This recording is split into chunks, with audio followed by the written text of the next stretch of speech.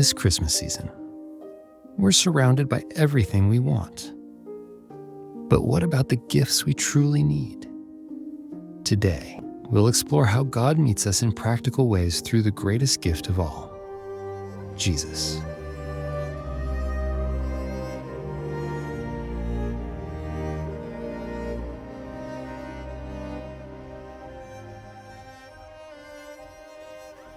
Jesus is the gift with the power to transform our lives. This Christmas, let's open our hearts to what we truly need.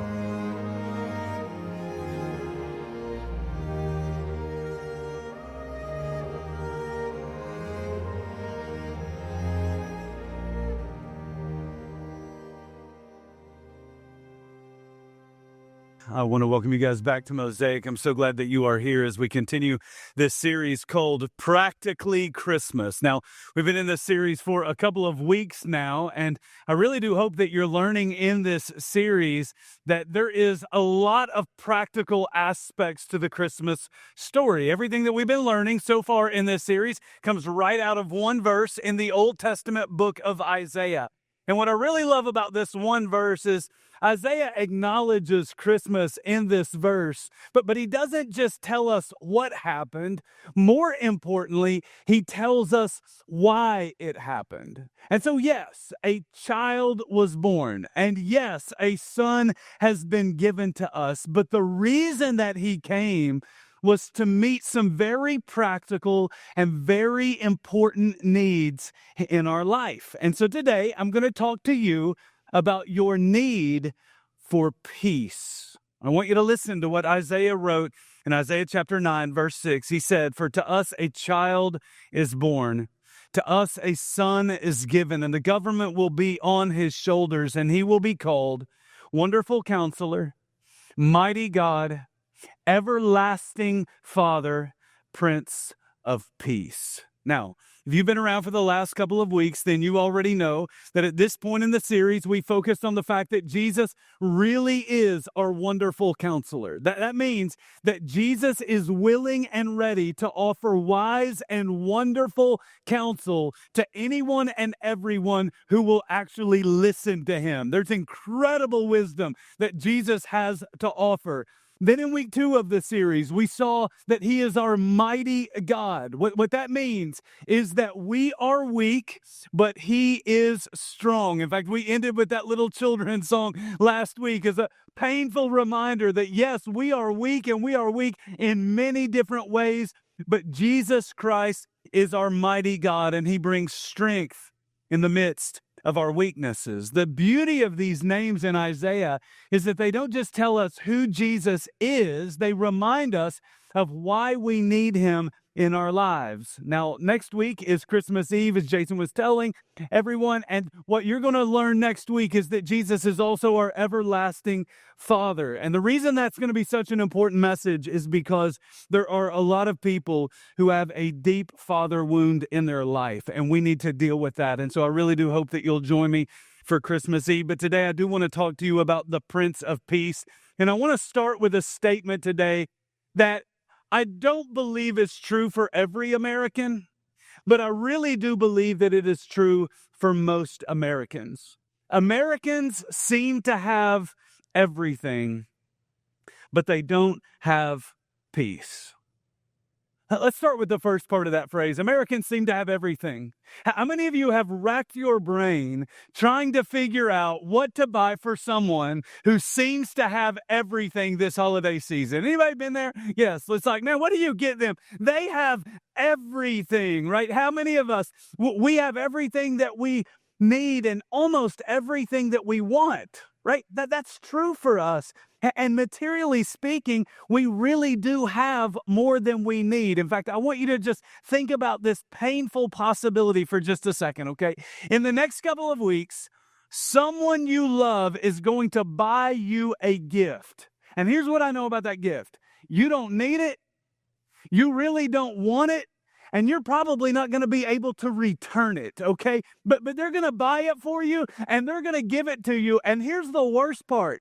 Some of them are going to spend your money to buy you that gift, okay? And you're just going to be stuck with it, right? And that's painful for us to think about. In fact, for some of us, even that thought is stealing our peace in this very moment, right? But I'm telling you, most Americans, they really do have everything that they need, but they don't have the peace that they want. In fact, I think there are a lot of things that can steal a person's peace. Sometimes difficult people can steal our peace, right? Try not to point at anyone, but you know what I'm talking about, right? But when you're in conflict with someone that you care about, when you're in a disagreement with someone that you love, that has the potential to steal or take away your peace. It doesn't matter if it's at work or if it's with your spouse or one of your kids. You know this. If things are not relationally right, it can steal your peace. In fact, you can look at your neighbor right now and say, would you please stop stealing my peace? Go ahead, do it. Get that off your chest. Some of you are way too into this, all right? All right, so sometimes it's difficult people that they can steal our peace, but sometimes it's difficult circumstances that can steal my peace. That's especially true around the holiday season for a lot of people. Every holiday season, it seems like money gets tight and time gets tight. And so if there's not enough money to buy it all, if there's not enough time to do it all, it creates stress, and stress destroys our peace. But you know and I know it's not just around the holiday season that we experience these things, right? If things are not going well for you at work, steals your peace. If things are not going well with your marriage, it can steal your peace. If you've lost a loved one, or if you've been diagnosed with an illness, or kind of lived through an ugly breakup with a boyfriend or a girlfriend, any one of those things have the potential to just destroy your peace. As emotional beings, there are a lot of emotions that we feel instead of peace. In fact, I just want to ask you today, what is the primary emotion that you've been feeling in this season of your life? Right now, what are you feeling? Is it anxiety? Are you feeling frustration? Are you full of fear? Is it stress? Is it a feeling of restlessness? If you had to pick one word to describe your emotional state, what would it be? Now, let me ask you this. Wouldn't it be nice if the primary emotion that you were feeling right now in this season of your life was peace? I mean, is there anything better in life than having a sense of peace in your spirit? Is there anything better than having complete peace of mind? Is there anything better than having peace in every single one of your relationships? I think most people in the world want peace, but I don't think people know how to get it. In fact, I've talked to a lot of people about the problems in their life and the lack of peace that they are experiencing. And I've noticed that most people share a common belief. People really do believe if I could have control, then I could have peace. How many of you have ever thought, if I could control my kids, right, then I could have peace, right? If I could control who they hang out with on the weekends, if I could control what they do on the weekends, if I could control who they date or who they marry or other important choices that they make, then I could experience some much needed peace in my life. For others of us, we think if I could control my spouse, then I could have some peace. We might think if I could control the money, then I could have some peace. There's way too much that's going out and not enough coming in. And so we've got to control our spending. And if I could just control the way every dollar is being spent, then maybe I could have some peace. But for some of us, we think if I could control my time or if I could control circumstances, then I could have peace. And sadly, a lot of us are trying to acquire the peace that we crave by controlling everything and everyone in our lives. And yet the truth is, we are never really in control. You can live in a gated community. You can have security systems and security cameras all over your home. You can have firearms in your car and on your hip and in every room of your house. You can purchase every kind of insurance imaginable. You can homeschool your kids. You can keep little Johnny living in a bubble wearing a helmet and a cup for the rest of his life. But even then, you're not going to have peace, because the truth is, you're not really in control. You could never control everyone and everything and every detail in a way that would produce any real sense of peace. And that's why you have to know the Prince of Peace. Let me tell you something. There have been times in my life when I felt no real peace in my life. But I have learned this lesson, even though I learned it the hard way. If I know Jesus and obey Jesus and focus on eternity with Jesus, then I can enjoy real peace. A lot of times in my life, I had no real peace because I was not being the man that God had called me and created me to be. Listen to me very carefully.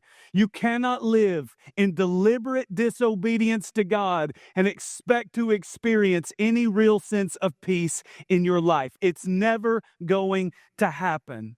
At other times in my life, I had no real peace because I didn't know God well enough to know that I could trust God in my present and then believe that He would make everything okay in my future. But today that has changed. Today I can tell you that if you really do know Jesus, that if you really do obey Jesus and you listen to Jesus and you focus on eternity with Jesus, then you can have a kind of peace in your life that you have never known before. See, when Jesus came into the world, He came into this world not only to create peace with God, He came to deliver a special kind of peace from God. In fact, Jesus Himself spoke about this peace that He came to give humanity in John chapter 14. And this is what He said, one verse today, verse 27. He said, "Peace I leave with you.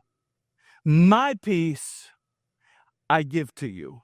I do not give as the world gives. Do not let your hearts be troubled, and do not be afraid." Now, in order for you to fully understand and fully appreciate all that Jesus is saying in this passage, you need context. And so on the night that Jesus is saying all of this, He's speaking to His closest friends and followers, knowing that He's getting ready to be crucified the next day. Now, on a night like that, I would expect Jesus to be talking about His stress or His sadness. On a night like that, I would expect Jesus to be talking about His anxiety or His anger. But instead, Jesus is having a really strange conversation about peace. Now, I want you to think about that. That would be like you having a conversation about a kind of peace that you're experiencing on the night that you just got laid off from your job. That would be like you having a conversation about peace on the night that you come home after the doctor tells you you've got an illness and you don't have long left to live. That would be like you talking about having peace in the day that you go through a nasty breakup or an ugly divorce. People don't talk about peace on days like that. But Jesus did. And Jesus said, "I do not give peace like the world gives peace." And so the question is, well, how does the world give peace? And I think there are at least three ways or three kinds of peace that you see in our world today. One is what I want to call circumstantial peace. Now, circumstantial peace is simple. It's this idea that I have peace because everything is perfect. Anybody got circumstantial peace right now? That's what I thought. It's really, really rare, right? But it happens occasionally. There are times in your life where you just feel like everything's going your way and you should go into the casino and put it all on red. And just because it's just like, man, I can't lose right now. Everything is going great. Things in my family are going great. Things at work are going great. Physically, I feel great. Financially, I'm doing great. And because everything in your life is going well, you experience an incredible amount of peace. But let me tell you something. You know and I know that's not real peace, because that peace won't last. That's circumstantial peace. Other people have what I want to call manufactured peace. Manufactured peace is when I have peace because I am controlling everyone and everything. Now, we've already talked about the control issue, but let me warn you, control freaks, they drive everyone in their life absolutely crazy. And so in your search for peace, where you're trying to control everyone and everything, what you don't realize is that you're driving everyone in your life away. And so it may create circumstantial peace, but it absolutely destroys relational peace, which means it's not real peace. Listen, stop trying to be in control and trust the one who is really in control, because manufactured peace is not real peace. There's a third kind of peace, and I want to call this kind of peace pseudo peace. Pseudo peace is when I believe that I have peace, but only because I am running from my problems or I'm trying to escape from my reality. You see this kind of peace all the time in the world, right? Some people use a drug or a drink just to escape from reality. Some people use vacations to escape from reality. Some people are using video games and movies to escape from reality. And it does create peace, but it's only temporary peace. Inevitably, the drug or the drink wears off. Inevitably, the vacation comes to an end. The game or the movie is over, and you have to come back and you have to face reality that hasn't changed at all. And when you do, there goes your peace. Every year I get the opportunity to go with a couple of friends of mine up to the Mississippi Delta for a couple of days. We go up there, hang out, and we hunt in the middle of nowhere. And I don't know what it is about driving into the Mississippi Delta, but if you've ever been there, then you know this. As you drive into the Delta, your blood pressure just naturally drops. It's an amazing thing. You're just going into the middle of nowhere. There's no people around. There's no traffic. Like, technology doesn't work all that well. And in some ways, it does create peace. The phone doesn't ring as often, but inevitably the hunting trip comes to an end and I have to come back to reality. And when that happens, there goes my peace. In fact, while I was up there not all that long ago, I got a text message one day from my assistant, and I was like up there trying to hunt and have a good time with the friends. You know how when you first open your phone, you can read part of a text, but not the whole text until you actually open the text? That happened. And all I could see in the text as I opened the phone is it said, "I really hate to bother you with this while you're away, but," and I couldn't even read the rest of it. And I'm telling you right there, and then there went my peace. And the really bad thing is it was nothing. It was a very petty thing, but I thought, how fragile is my peace that something as simple as that can just steal it away and cause my peace to be so fleeting. But when you look at the way the world gives peace, you need to know this. That's not how Jesus gives peace. Jesus said right here in John 14:27, he said, "Peace I leave with you, my peace I give to you." See, the world gives pseudo peace, but Jesus gives real peace. In fact, I want to take you back to the book of Isaiah, because Isaiah said something else about peace in chapter 26, verse 3, that is so helpful. Listen to what he said.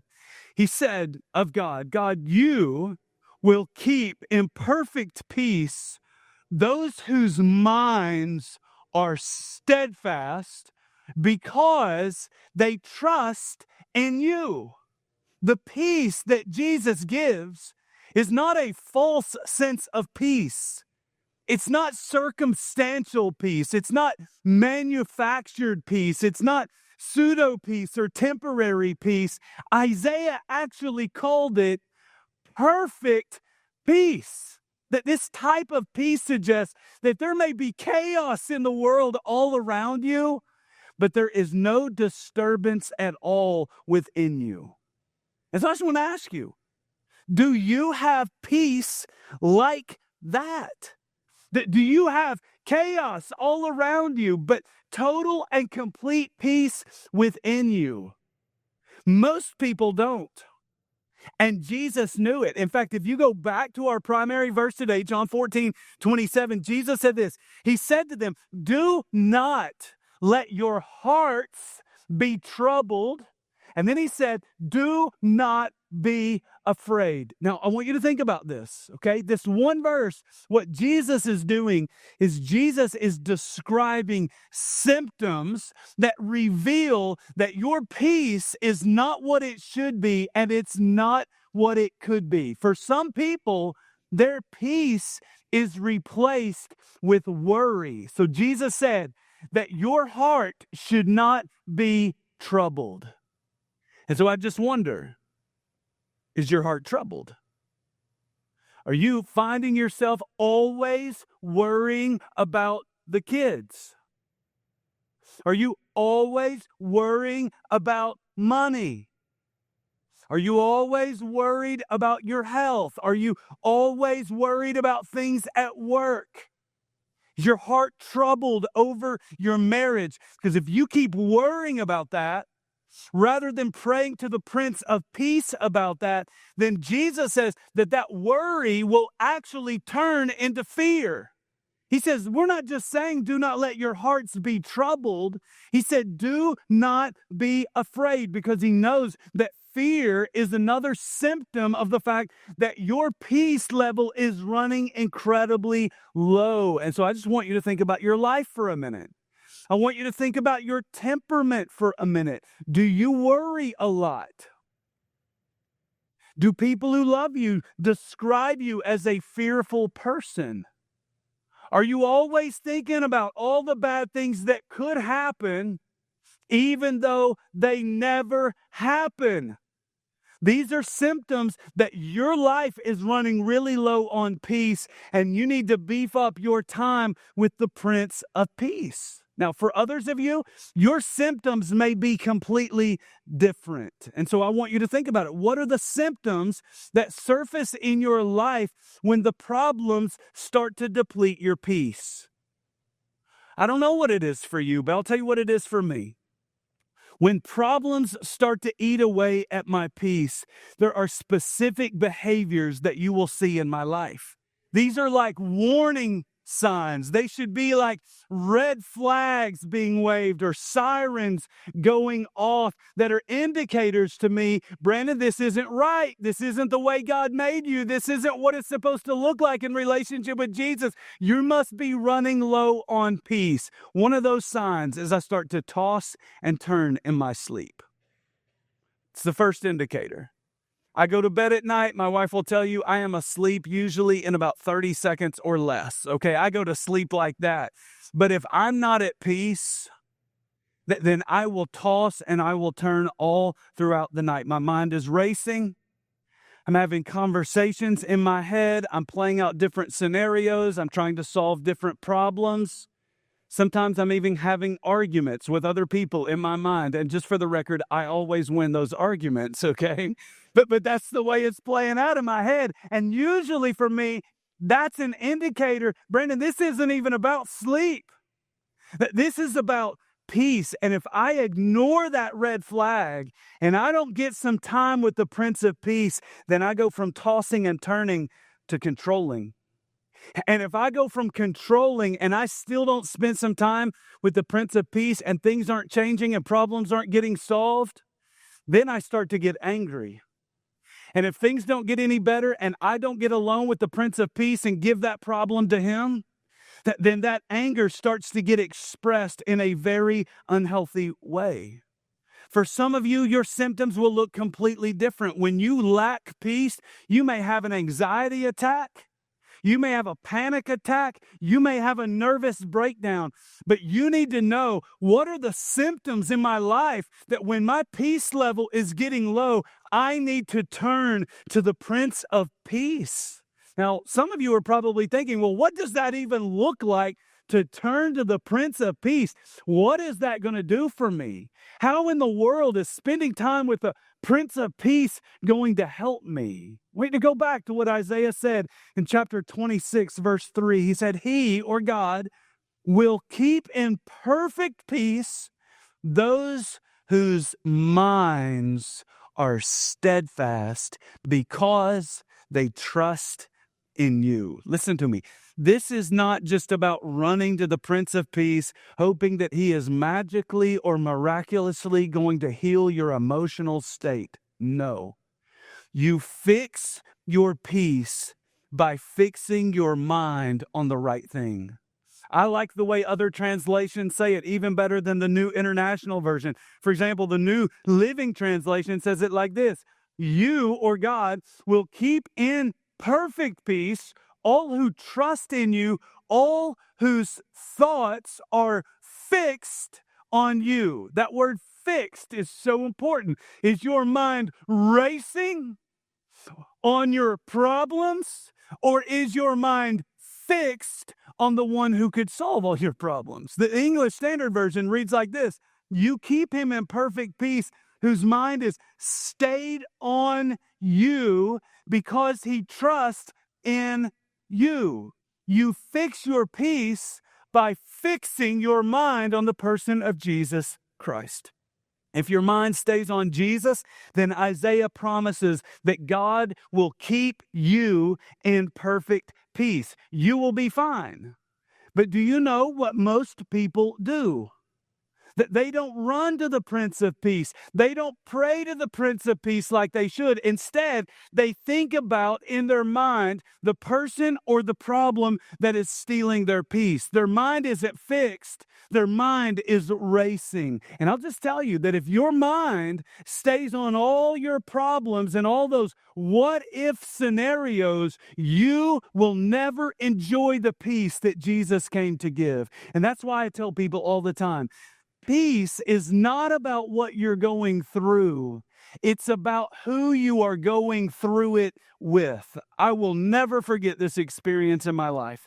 But several years ago, I was preaching right here on a Sunday morning.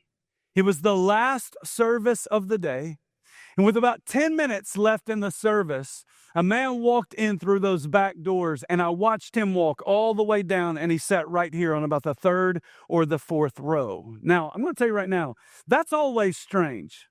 When someone shows up that late to church, I mean, a lot of you are late to church, okay? But when someone shows up that late to church, that's a little off.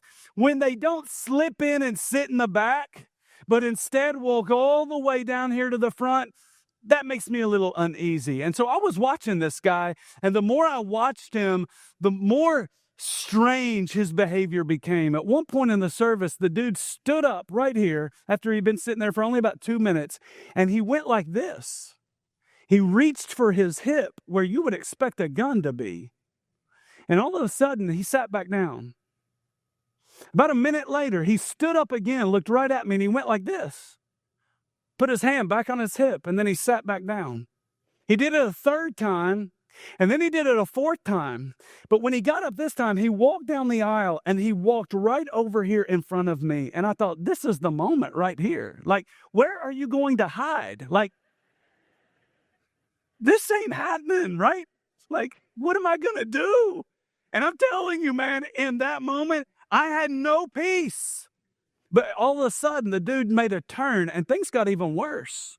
He turned and he left right here, and he walked right over there where my wife and my daughter was. At this point, I've been trying to preach through this message and through this distraction, but when the dude made his way toward my wife and my daughter, I was getting ready to take the mic off and come unglued and hopefully turn the cameras off so this wasn't going to be a YouTube viral video, okay? But I'm telling you, I looked over here, and when I looked over here and saw him going toward my wife and my daughter, I saw something else that gave me incredible peace. Sitting right behind my daughter that day and my wife was a man by the name of Shante Ballard. Anybody know Shante Ballard? Shante is a 6'8" tall police officer. And I was like, I'm so thankful, God, for Shante Ballard. And in that moment, Shante stood up. And when Shante stood up, I knew in that moment that he was getting ready to take control of the situation. And that's exactly what he did. They escorted the man out of the room. Scott and his team did a phenomenal job. We prayed for that man and for his mental health and for whatever was going on in his life. And then we went on with the rest of that service. But I'm telling you right now that that was a moment in my life when I looked and I had no peace. But when I looked over there, I saw the one who was going to give me peace. And I want you to know this about God, that no matter what you're going through in life, it's not about what you're going through. It's all about who you are going through it with. When I looked over there, I realized I don't have to take control, because there is someone who is far more capable, who is already in control of this situation, and I can be in complete peace. And you need to know that about your own relationship with God. You don't have to take control, because there is one who is far more capable than you, who is already in control. But your mind has to be locked in on the one who can give you peace. You have to know him. You have to pray to him. You need to listen to him. You need to obey him in those seasons. You need to trust him. So let me ask you, what could Jesus do about the problem that is stealing your peace? You have to trust that he loves you and that he cares about you. You have to trust that he really does have the power to help you. For some of you, it's hard for you to trust him because you don't really know him. You don't know the promises that he makes to his people. You don't know the power that he can bring into your situation. You don't know the love that he has for you or the wisdom that he can give to you. You don't know how he can change someone's heart or someone's life. And because you don't know him, you don't really trust him. And so let me just say this. If you're tired of the pseudo peace that you find in this world, then I want to invite you to come to know the Prince of Peace named Jesus Christ, who came into the world to give peace and to create peace with God. The Prince of Peace was born into this world so that you might know God and so that you might see God with your own eyes, so that you can really trust God in these difficult moments. And so in just a moment, I'm going to ask every single one of us to pray. And for those of you who do not have a relationship with Jesus, I'm going to encourage you and lead you in a time of prayer so that you can start a relationship with the Prince of Peace today. But for those of you who do have a relationship with Jesus, then I want you to spend this time of prayer talking to Jesus about the problems that are stealing your peace. That's what the Apostle Paul did. From a prison cell, the Apostle Paul wrote this. Check it out. Philippians chapter 4, verses 6 and 7. He said, "Do not be anxious about anything, but in every situation, by prayer and petition, with thanksgiving, present your request to God." When you do that, the peace of God, which transcends all understanding, will guard your hearts and your minds in Christ Jesus. He is talking about a kind of peace that doesn't even make sense.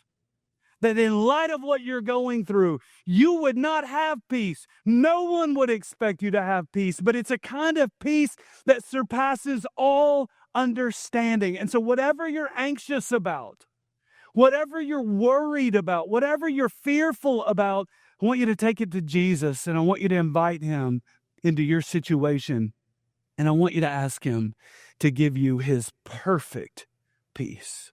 Let's pray together. For those of you who do not have a relationship with Jesus, but you're craving peace in your life, I want to give you the opportunity to start a relationship with him right here, right now. Right where you sit, you can just whisper a prayer and say, "Lord, I believe you are the Prince of Peace. I believe that you died on a cross and you rose again so that I could have peace with God. But I also believe that you want to give me peace in my life. God, I need that peace and I want that peace. And so I'm trusting you. Jesus, I pray that you would not only give me your peace, but I pray, God, that you might teach me to trust you. Teach me to obey you. Teach me to focus on you and to reflect on what life will be like with you for all of eternity as I navigate the problems that are stealing my peace. If you just prayed that prayer, I want you to know there's nothing magical about those words, but there is something very powerful about your faith in Jesus. He not only came to create peace with God, but to give you peace in your life. And so if you've made a decision to become a follower of Jesus today, I want to ask you to let us know. You can drop by the Connect desk and you can fill out a Connect card. You can hop on our website or our app or call the church office. You can even text us and let us know about your decision to become a follower of Jesus today.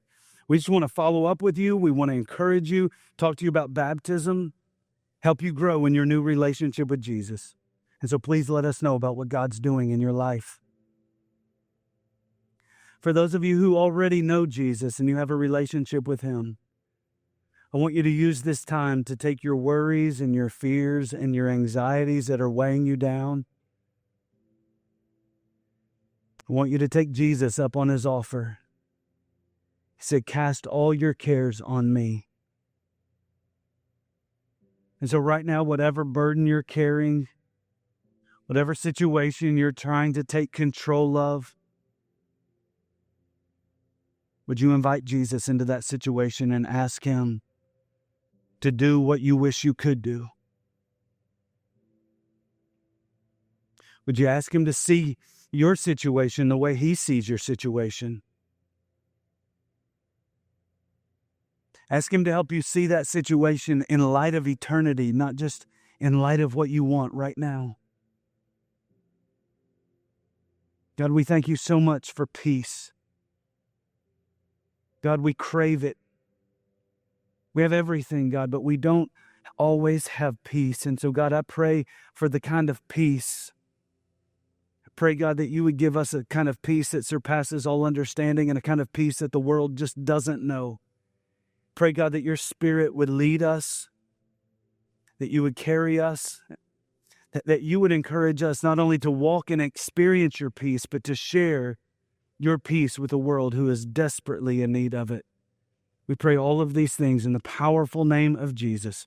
Amen.